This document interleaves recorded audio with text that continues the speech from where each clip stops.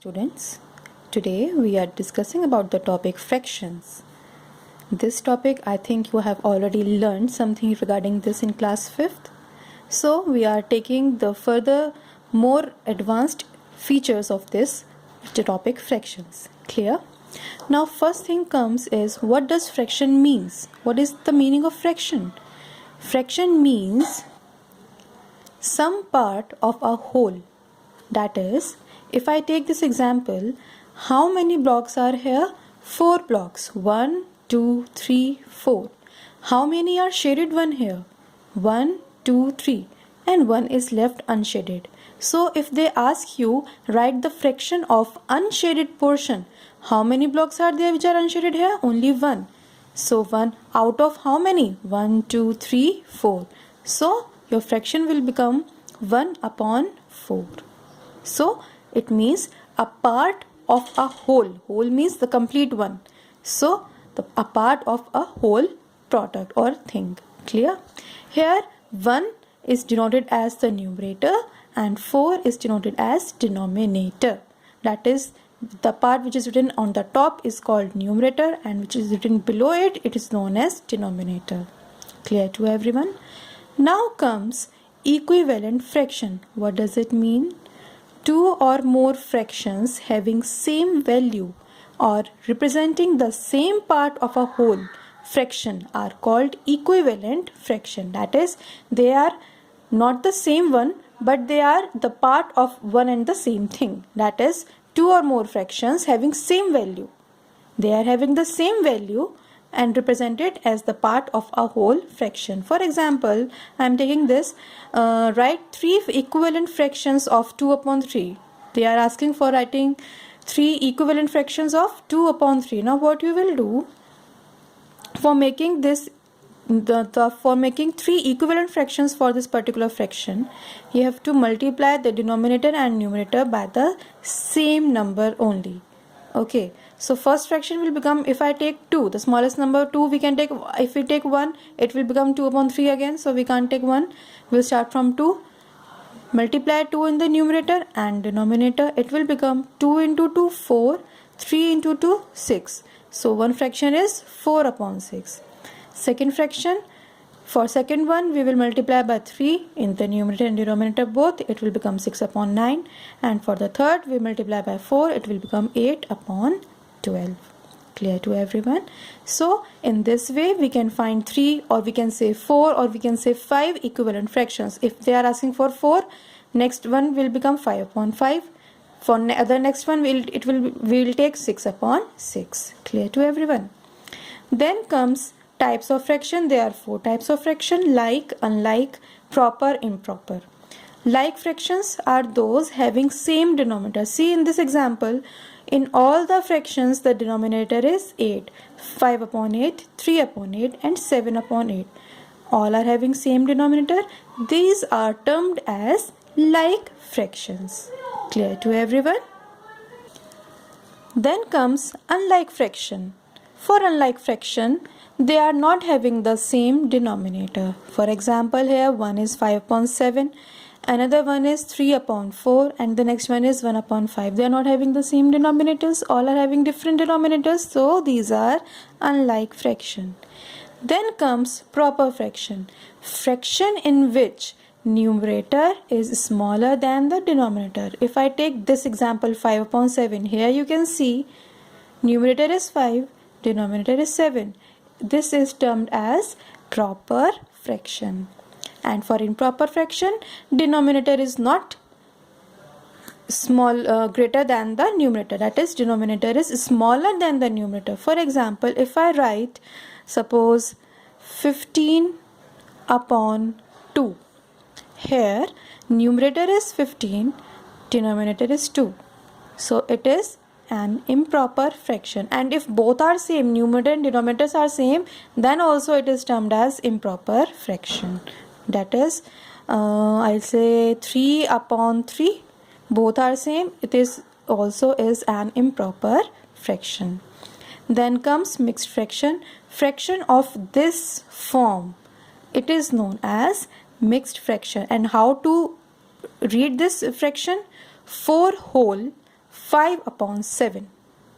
I'll repeat, 4 whole 5 upon 7. Clear to everyone? Then comes some conversions are there, how to convert mixed into improper fraction, improper to mixed fraction, and some reduction also, and like to unlike to like fractions. First part is mixed fraction to improper fraction. You very well know this is mixed fraction, 2 whole 3 upon 8. We have to convert it in the form of simple fraction or improper fraction. How to do this? This is numerator, this is denominator. So what you have to do, multiply this denominator with the side term, that is 8 into 2, 8 into 2, and add the numerator in this, plus 3 whole upon 8. We have to write this because fraction is having 2 parts, numerator and denominator, so it will be written there. So 8 into 2 will become 16 plus 3 upon 8, and 16 plus 3 is 19 upon 8. This is the answer for this improper mixed fraction. Then comes improper fraction to mixed fraction. This time improper fraction is given and they are asking you to write this in the form of mixed fraction. What you have to do, 17 upon 3 is written. First of all, divide this 17 by 3. 3 into 5 is 15, so 3 5s are 15. 7 upon 7 minus 5 will become 2, 1 minus 1 0. Further we can't divide this because remainder is, now the remainder is 2 here, so we have to write it in this form. Remember this formula, quotient is written on the side place, remainder in the place of numerator, divisor at denominator. So here remainder is 2, 2 we have written, quotient is 5, 5 we have written, and the divisor is 3, 3 we have written here. How to read it? 5 whole 2 upon 3. Clear to everyone? Then comes conversion of unlike to like fraction. I have already told you what are unlike and like fraction. Unlike are those having different denominators, like are those having same denominator. So we have what you have to do. Generally we have to convert all the denominator in the same form. First step is take the LCM of denominator. 8, 3 and 4 is written here in the denominator. Take its LCM. You very well know how to calculate the LCM. LCM is 24. Now we have to make all the denominators as 24. Whatever will be the LCM is yours.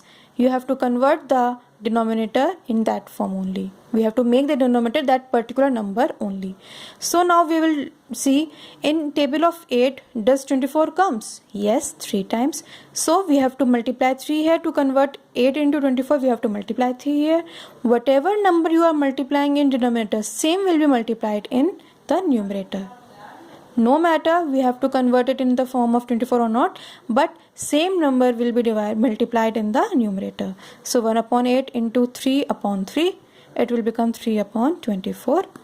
Next is 2 upon 3. Now in the table of 3, 24 comes 8 times. So we multiply this time by 8 and 8 in the numerator and denominator. It will become 16 upon 24. In the table of 4, it comes 6 times. So we will multiply by 6 in at both the places. It will become 18 upon 24. So whatever will be your LCM, we have to convert the denominator in that particular number by multiplying something, and the same number will be multiplied in the numerator also. Clear to everyone? Then comes reduction to the lowest term. Question come like this: reduce the following fraction in the lowest term. Reduce means we have to simplify it. Okay, we have to make the fraction in that form so that it cannot be reduced further. For example, 4 upon 6. We very well know 4 and 6 comes in the table of 2.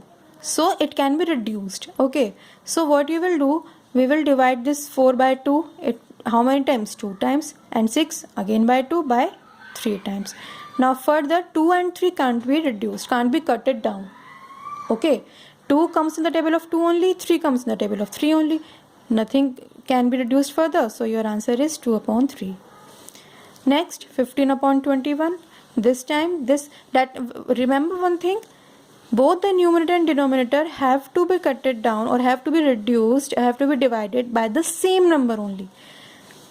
Okay, that is, this numerator should be divided by the that number which you are using for dividing the denominator. Okay, for example, in this time we are dividing it by 3. 3 into 5 is 15 and 3 into 7 is 21. So this time we are dividing it by 3 only. Okay, not like this that this 15 comes in the table of 5, we are dividing this 15 by 5 and this 21 by 7, it will become 3 upon 3. No, not like that. We have to divide this with the same number. So 3 into 5 and 3 into 7, it will become 5 upon 7. Clear to everyone? I hope this video is helpful for you. Again, watch it again and again to understand these terms and these topics and solve the given questions in the assignment. Clear to everyone? Have a good day then.